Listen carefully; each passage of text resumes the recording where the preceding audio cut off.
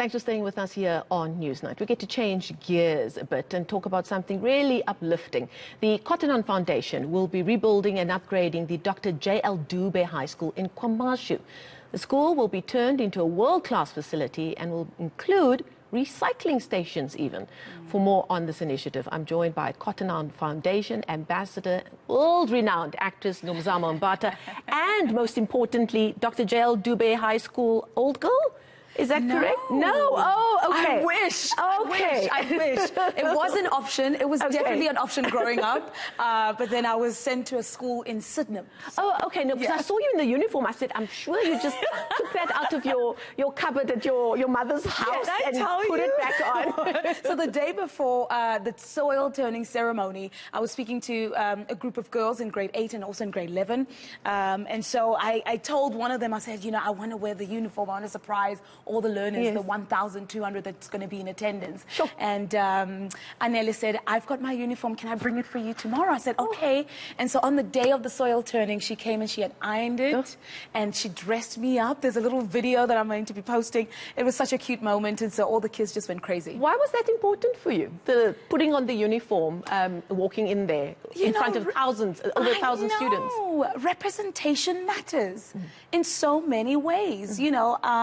And one thing that I've also come to accept about my journey and accept about the position that society has put me in is that a lot of young people do look up to me. And I know that, you know, sometimes if you look at the school that you go to, especially a school in the township, there's so much hopelessness and destitution that is labeled around schools in the townships. But there's also a lot of pride.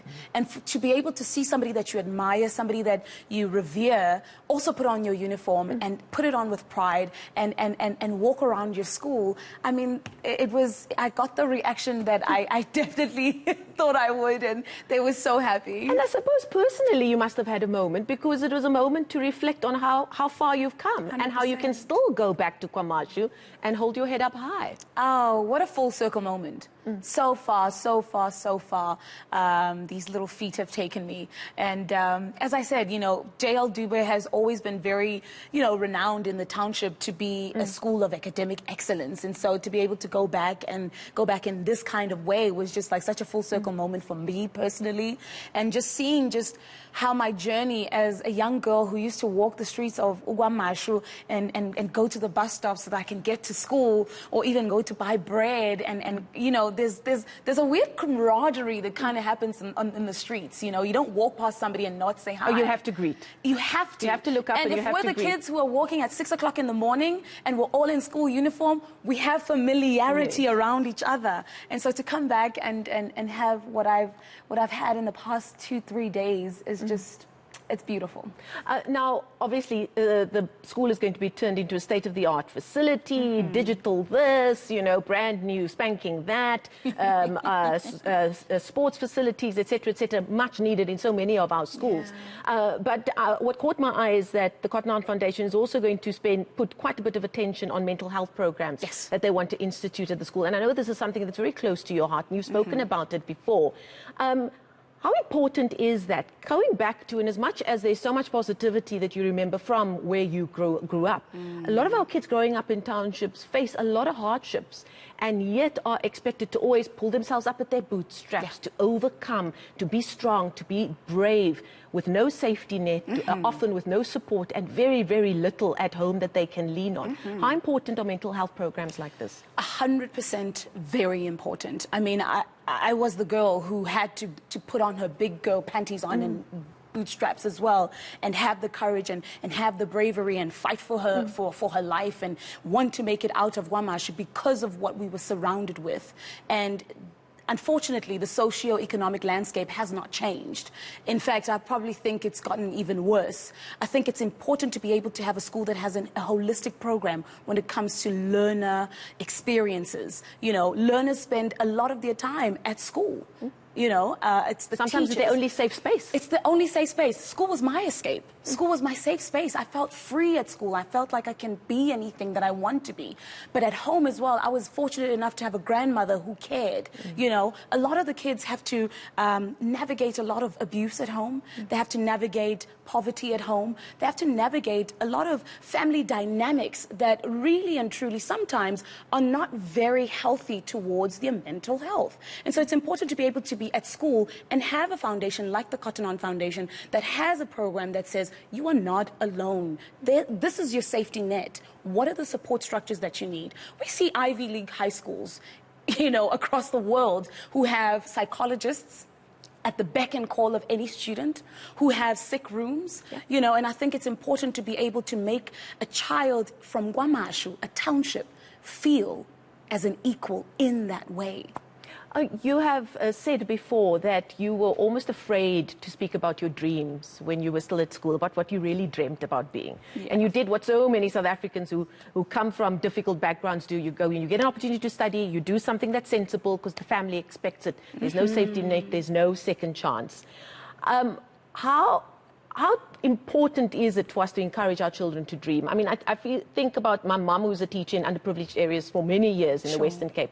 And she always said she'd start the day by talking to kids about, what are they fantasizing about today? What do you want to be one day? Those kinds of things. It's not in the curriculum, but it's important for a child to be able to dream. How important is it for you to encourage children to dream, no matter where they come from and what their circumstances are? It is my true north. It is my compass. It is my true calling. It's the reason why I will drop anything that I'm doing, and I will make sure that my first official welcome home is in KwaMashu, surrounded by those kids, so that they can be able to touch and feel the tangible representation of a dream come true. What can you be? I never want to make any kid from a township anywhere, or any kid from any background, I should say, because there's beyond townships, there's also the outskirts, right?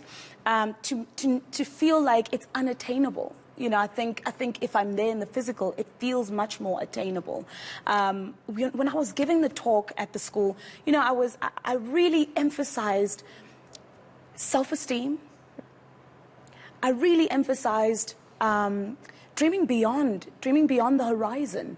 Not looking to the side, not looking back, but continuing to just forge forward and dreaming beyond the obstacles that surround you, and you watched how they light up when I say, do you see yourself in Paris? Do you see yourself in London? Or maybe Spain? And then somebody will be like, America, and then break out in just fits of laughter. It's incredible to see what a child can say out of their mouths when you really unlock the imagination.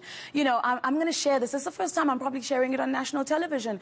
But I used to, at some point in my life, when I was thinking, maybe I can't be an air hostess so I can be able to travel the world. What if I become a house cleaner in a really fancy suburb, in a really fancy house? Or maybe get a taxi with my friends one day and we just get into the taxi that goes into the suburbs so we can watch the houses and see the houses and dream about that. Because the imagination of something that was greater than myself and greater than the horizon that I could see on Bofana Road in KwaMashu C-section was so important for a little girl like me who knew that she had to get out, and she would get out. Absolutely, and now going back and changing the lives of little girls just like you, and telling them that they can dream. Now, speaking of dreams, let's talk a little bit of Hollywood before you go.